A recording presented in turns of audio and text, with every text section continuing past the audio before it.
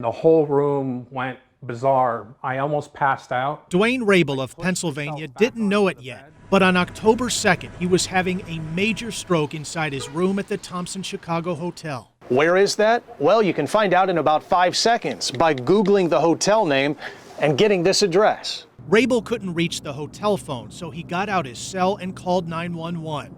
That's where the clock starts. Chicago Emergency, Jennings. Yes, sir, I need help. All right, what's wrong?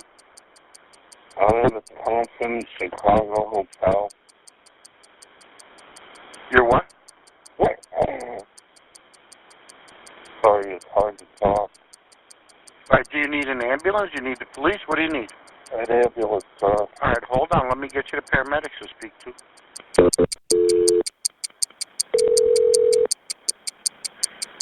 Chicago Fire Department. I need help. Okay, so what sort of help are you looking for, sir? Medical, there's something wrong. I thought it was food poisoning. So what is it that you're looking for, sir? An ambulance. I'm dizzy. My face is going numb. So what is your address, sir? I'm at the Thompson Chicago Hotel. Okay, so I need you to look on a business card or something and see what the address is, sir. I'm so dizzy I can't stand up. Okay, but sir, I'm trying to send you an ambulance, and without an address, I can't do that. So I'm simply asking you to look on a business card or your receipt, or whenever you checked in the hotel, there's got to be an address there. I'm trying to figure out what is the address. I don't know. It's very hard to talk. I don't know what's going on. If I move, I get nauseous. The Thompson Chicago Hotel. I understand, sir, but I'm not there.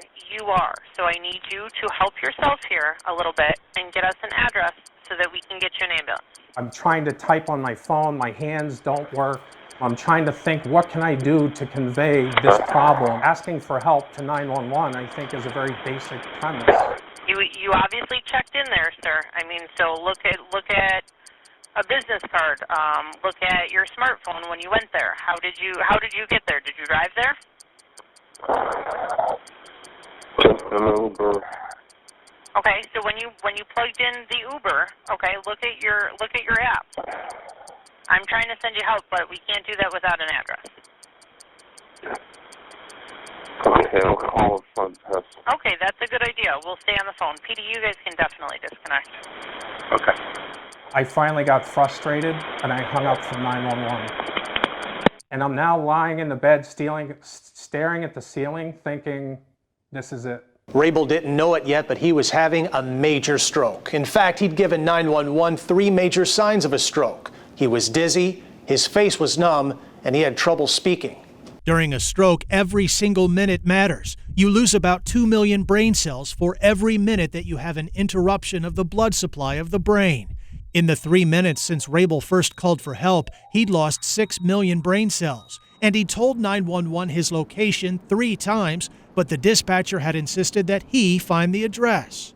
You just type it in on the line and hit search and it comes up. The fact that it didn't even occur to them as a possibility, instead of just insisting on him finding an address, is mind-blowing. But a spokesperson for Chicago's Office of Emergency Management and Communication says their 911 system is closed for security purposes, so they can't connect to the internet.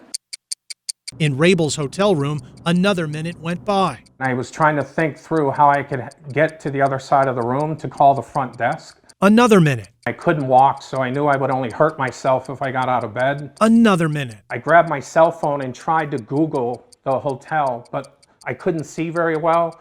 My fingers weren't working very well. Another minute. Then I had a thought that if I pressed the button that I could ask Siri for the address. So I did that, and Siri reported the address back to me. It's now nearly 7 minutes since Rabel first called for help. He's lost 14 million brain cells. I call 911 back, and I'm trying to remember the address. Chicago Emergency, Brown. Yes, sir, I need an ambulance, paramedic. Okay, hold for the fire department. Don't hang up. Fire department. Yes, sir. I'm having a medical problem. I'm in a hotel and I need help. What hotel are you in? Where you at? I'm in the Thompson, Chicago.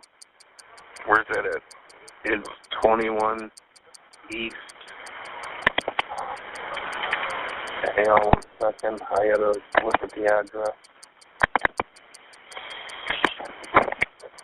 Yeah, 21 East Bellevue Place. 21 East. Looking at my phone, and I realize that my phone is now blank. I can't see the screen. Hello? I'm here. I'm trying to switch the screen to see it. You're 21 East. Screen won't switch to see the app. What's your medical problem? I thought it started as food poisoning. My hurts really bad, and my left side of my is numb.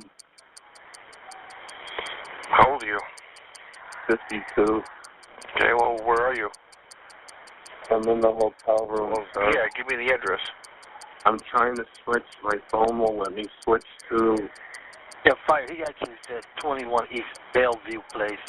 The policeman stayed on the line, thankfully. So when I recited the address, the policeman then repeated it back to the paramedic, and that's when they said, okay, we'll send help. But not right away.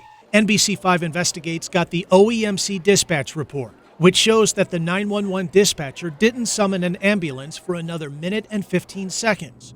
By then, Rabel's stroke had destroyed more than 16 million of his brain cells since he first gave his location to 911. Eventually, paramedics arrived and took Rabel to Northwestern Memorial Hospital, where he was diagnosed with a major stroke in his brainstem. 80% of my cerebellum is gone. He's now recovering at home. I'm just thankful that he was able to get an address and call them back and get through it, because, you know, if he wasn't here, I don't want anyone else to go through the same situation.